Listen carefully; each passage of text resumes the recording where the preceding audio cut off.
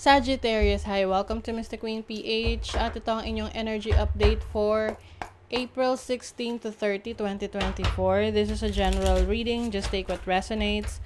Watch your Sun, Moon, Rising, Venus for other messages, and thank you sa lahat ng mga sumusuporta dito sa ating channel. Just a reminder, gamitin nyo lamang ang reading na to bilang gabay. Pa-follow, like na rin ang ating Facebook at TikTok. Lahat po yan, Mr. Queen PH.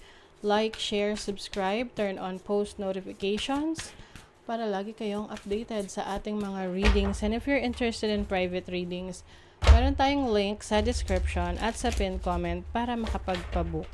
Okay? So let's see, Sag, what's coming to you mid-April, April 16 to 30 for Sagittarius.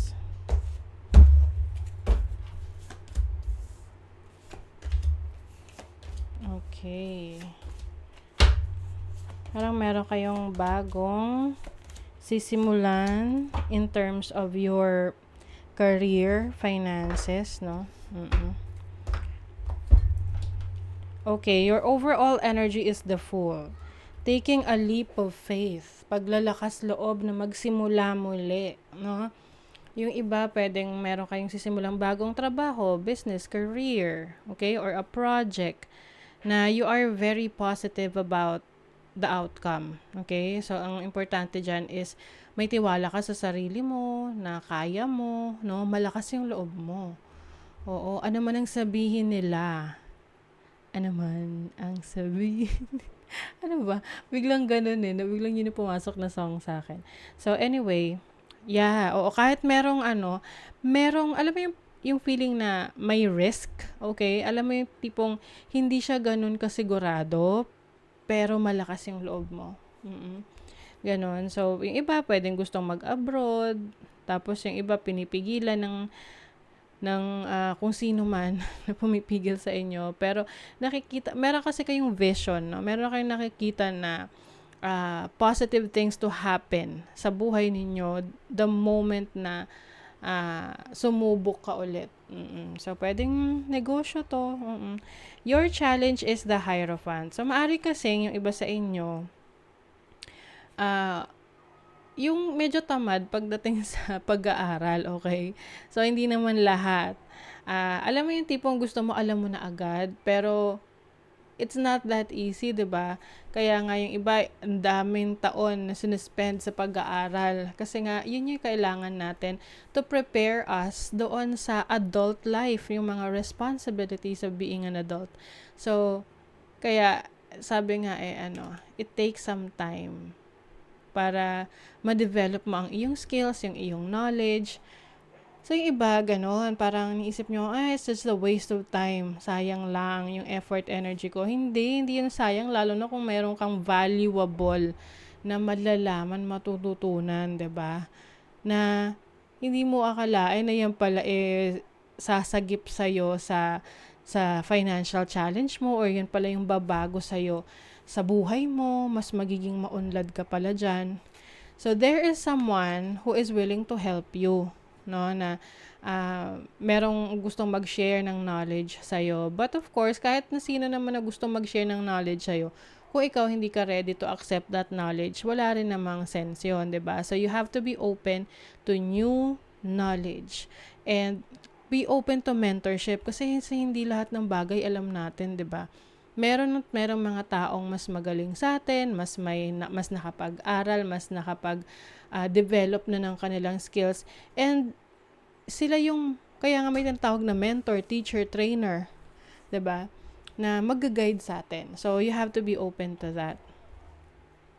And then your opportunity is the King of Pentacles, 'di ba? So meron kang opportunity na maging manager or someone who is like a leader in your career, in your business. This is also financial stability. Whatever this is na gusto mong simulan, meron kang opportunity na maging best in that field, no? So, kailangan lang talaga tiwala sa iyong sarili. Kasi ma-achieve mo yan, no? Tinan mo, meron kang trono. Meron ka pang someone who is helping you, may assistant ka pa. Oo. So I feel like there's going to be some changes in your finances, in your career. The moment na maging open ka sa bagong kaalaman, and you use that, no? Gagamitin mo yung bagong kaalaman mo sa pagsubok ng mga bagong experiences. Yan yung magpapalakas rin ng loob mo eh. Kasi syempre, di ba, may knowledge ka na. So, kung wala kang knowledge, medyo kakabahan ka dyan kasi parang, suntok sa buwan yan.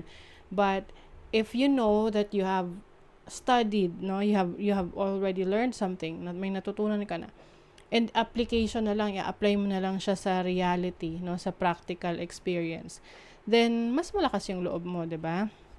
Your blessing is the Five of Wands. I think you're going to be more competitive, no? Yung competitiveness mo na yan, this will bring blessings to you kasi mas lalo mong may enhance kung ano yung existing na galing ang talents mo. Kasi 'di ba, kapag wala tayong competitions, parang magiging complacent tayo na I'm the best. Ako na 'to, ako lang 'to. Pero kung merong mga bagong players na magcha-challenge ng iyong galing. So syempre, you will do better, you will improve, 'di ba? And sa pamamagitan ng pag-i-improve mo sa sarili mo, mas lalong gumaganda yung quality ng trabaho mo, ng career mo, ng business mo. Okay? So, for your money, career, finances, like what I've mentioned kanina, there's like a new opportunity, with the death card. Meron ditong endings and new beginnings. But, I feel like it is like, para siyang lumang, idea, lumang pinagkakakitaan mo na hindi talaga siya, magpapaunlad sa'yo. So, you are letting that go. Pwedeng, at some point in your life, nakatulong talaga yon. Kaya lang may levels kasi tayo, 'di ba? May sa una, meron tayong we have to start somewhere, and nagle-level up tayo, nag-upgrade tayo over time based on our experiences and our learnings.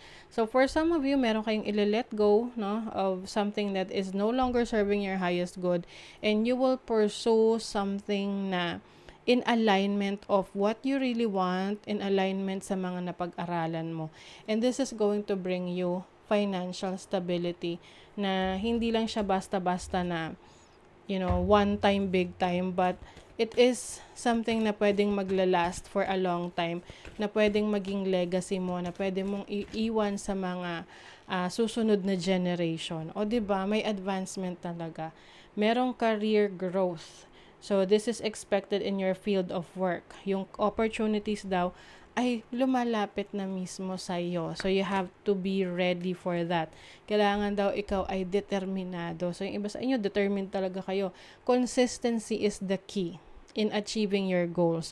You have to show up. Okay? Dito mo mapapatunayan kung gaano mo kagusto ang success na ma-experience eh. Kasi hindi ka magpapatalo. You will always show up. Kumbaga, hindi ka a-absent sa school. Diba? Kumbaga, lagi kang papasok. Kasi, yung teachers, no, mas na-appreciate nila yung mga hindi ganun kagaling na nagpe-perform sa school pero laging present. Kesa sa matalino, magaling nga, pero laging absent. You get what I mean? So, it's about you being determined in enhancing your skills, your talents. And yan ay magbubunga kasi merong advancement dito, may upgrade ng iyong career. So, for your love life, you have the 10 of Cups and the 6 of Swords. I see someone na may papatawarin, no? Papatawarin mo ang isang tao na maaring nagkamali sa'yo or nagkaroon kayo ng hindi pagkakaunawaan. Kasi isipin nyo ang inyong relationship, lalo na kung may mga anak na kayo or you have been together for a long time. So, parang bibigyan nyo ng chance ito na ayusin. It's like, we're going to forget the past and focus on what's ahead. Okay? Yung iba naman rito, maaring mawawalay sa kanilang pamilya, maaring for good reasons because maaring merong maglilipat sa ibang trabaho na kailangan mong mahiwalay muna sa family mo. Importante lang sa relationship is you are exerting the effort. Kasi pag nawalan na ng effort sa relationship, dyan na magsisimula yung parang magdi-disintegrate yung connection ninyo. So, pagdating rin sa relationship, if you are single, okay, so merong options na available sa'yo. Siyempre, do not settle for anything less than what you deserve. At alam mo naman kung anong dinideserve mo sa relationship. So, dun ka mag-focus. Dahil maraming options available. Ooh, love is coming. Or you are really full of love right now. Mga in a relationship dyan. Magical powers. You are manifesting your dream life, Sagittarius. So, keep on dreaming. Keep on pushing. What needs to be done. Improve yourself. Kasi definitely this is going to be meron tong rewards for you. Rewarding for you. Okay? So, that is your reading, Sagittarius. Thank you so much. Bye.